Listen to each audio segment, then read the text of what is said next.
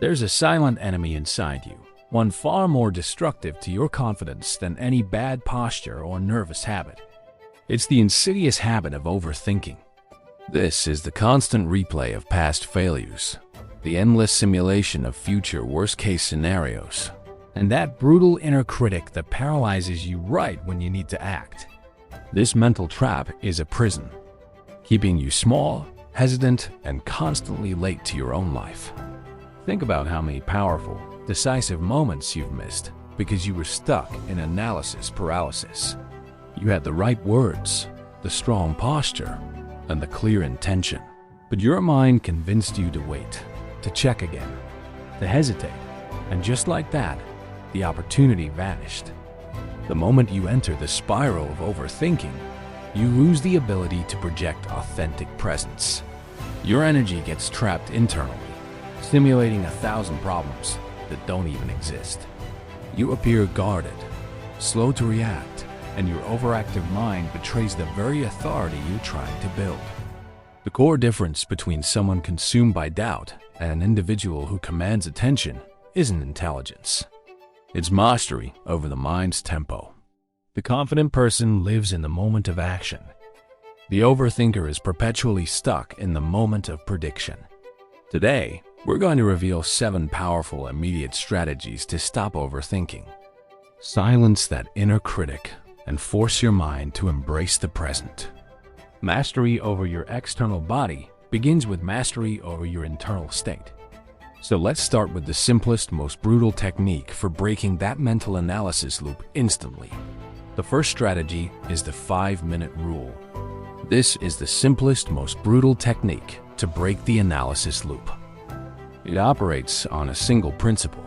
If you have an impulse to do something, send that email, start that conversation, research that idea, or even begin a workout, you must commit to taking the very first action within 5 minutes.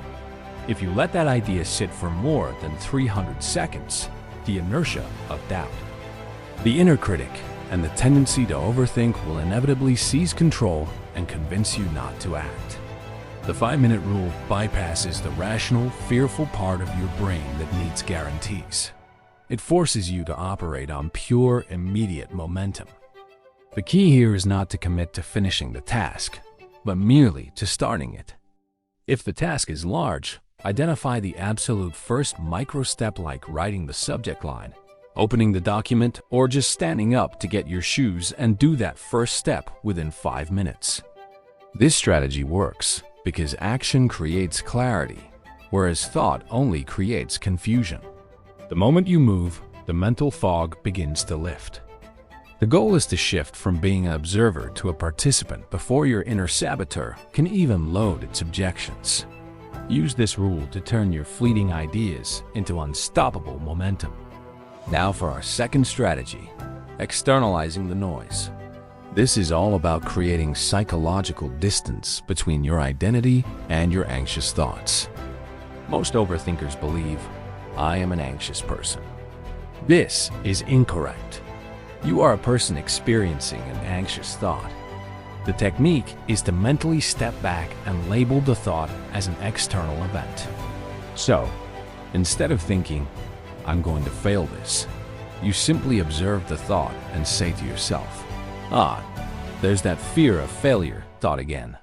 Or, that's just my mind running a worst-case scenario simulation. By externalizing the thought, you become the observer, not the victim. This is what's known as the third observer perspective.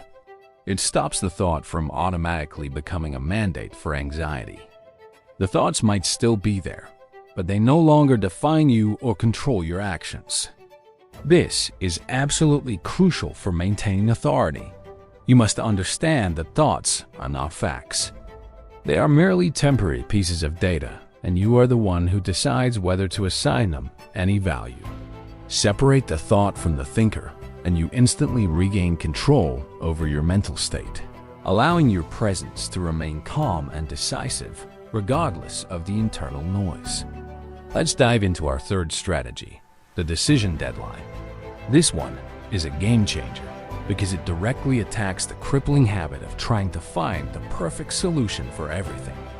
Overthinking loves to disguise itself as thoroughness, leading you down endless rabbit holes of research and comparison. But what it really leads to is zero action. Here's a hard truth. In most situations, the difference between a good decision and the so-called perfect one is tiny. But the difference between making any decision and making no decision, that's monumental. To break this cycle, you need to get ruthless. Impose a strict time limit on any non-critical decision.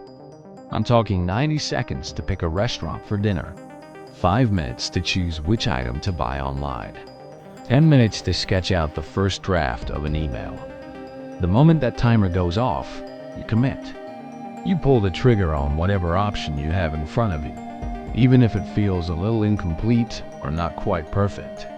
The goal here isn't to master the art of perfect choices. The goal is to train your brain that hesitation is far more costly than imperfection. By forcing yourself to act within these deadlines, you teach your mind to trust its initial gut feeling, which more often than not is the right one anyway. True confidence isn't born from making flawless choices every single time. It's born from making a choice and then moving forward with unshakable conviction. Now, let's move to our fourth strategy. The anchor point. This is a powerful technique to physically drag your racing mind out of the hypothetical future or the regretful past and plant it firmly in the now. Overthinking cannot exist in the present moment. It needs you to be mentally checked out, lost in a maze of what-ifs and should-haves. The anchor point uses your own physical senses to shatter the disconnect. The next time you feel that mental spiral starting to pull you under, I want you to stop whatever you're doing. Close your eyes if you can, and focus with intense concentration on a specific physical sensation. It could be the solid feeling of your feet planted firmly on the floor. It could be the texture of the chair you're sitting on. Or, one of the most effective anchors, the sensation of your breath as it moves in and out of your nostrils. This is a grounding technique. Just focus all of your awareness on that single anchor point for 30 seconds. By forcing your attention onto the physical reality of the present, you starve those anxious future-tripping thoughts of the mental energy they need to survive. Think about it. Your body can't be in two places at once. And if you anchor your body in the present moment, your mind has no choice but to follow. This is a simple but profound act of taking authority over your own mind, ensuring that when you need to be present, you are fully, completely there. Now, we have strategy number 5, the worst case reset. This technique involves staring your fears directly in the face to expose just how irrational they usually are. Overthinking thrives in the shadows, feeding on vague, undefined anxiety. To beat it, you have to drag that fear out into the bright light of day. When you catch yourself catastrophizing, I want you to write down, or at least clearly say out loud, the absolute worst possible outcome of the situation you're worried about. Let's say you're nervous about speaking up in a meeting. The worst case scenario might be, if I speak up, I'll completely freeze, say something stupid, and all my colleagues will silently judge me. Okay, that sounds bad. But now, let's take the next step. What are the real, tangible consequences of that worst-case scenario? Does it get you fired? Does it lead to financial ruin? Does it cause you physical harm? Almost always, the answer is no. The true consequence is survivable, temporary embarrassment. The world doesn't end. This exercise resets your anxiety by replacing that vague, overwhelming dread with concrete, manageable facts. Once you realize the worst-case scenario won't actually destroy you, the pressure evaporates. That frees up all the mental energy you were wasting on predicting disaster and allows you to focus it on taking action. A confident person doesn't ignore fear. They look it right in the eye, assess the real risk, and then they act. Strategy number 6. Attention is currency. This one is about ruthlessly guarding where you direct your mental focus. You see, the overthinking mind is a distracted mind. It constantly jumps between social media notifications, incoming emails, background noise, and whatever you're actually trying to do. This fractional attention is what drains your cognitive battery and leaves you too mentally exhausted to act decisively. You must start treating your attention as your most valuable resource. Think about it. When you're in a conversation, is your mind 100% focused on the person speaking and the words being exchanged? Or are you secretly rehearsing your reply? When you're working on a task, have you eliminated all other distractions? This is active, single-pointed mindfulness. By cutting out the constant task switching, you dramatically increase your mental efficiency. This sustained focus is what allows truly authoritative people to grasp subtle cues and respond with laser precision. You need to train your attention like a muscle.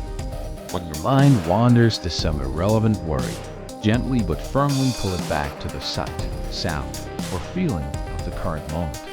Your attention is your power. Don't give it away for free. Now for our seventh and final strategy, the ultimate antidote. Action erases doubt.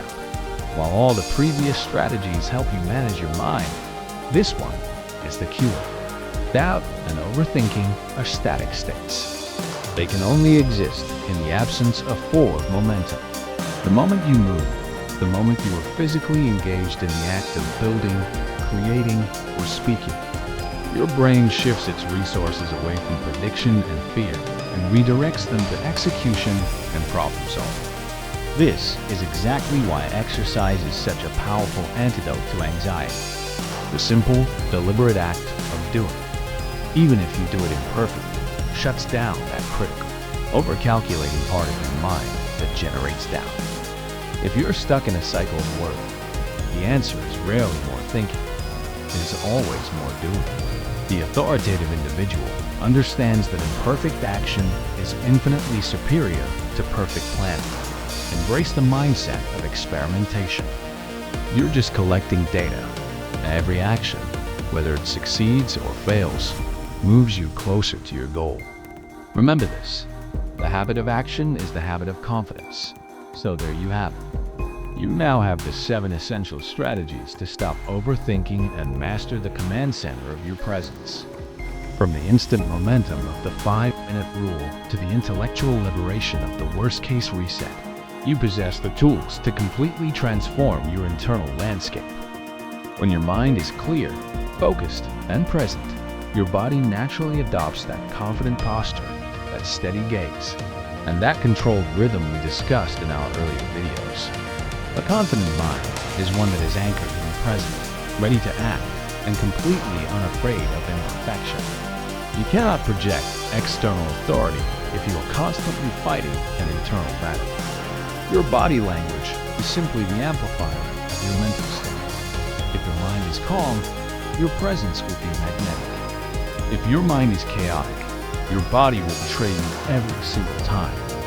Do not let your most valuable asset, your attention, be hijacked by non-existent problems. So here's your challenge. Choose one of these strategies, the one that hit home the hardest for you, and implement it today. Start small, but start now. The journey to becoming the master of your presence begins the moment you become the master of your mind. Thanks for watching, and don't forget to subscribe for more content to help you build unshakable confidence. See you in the next one.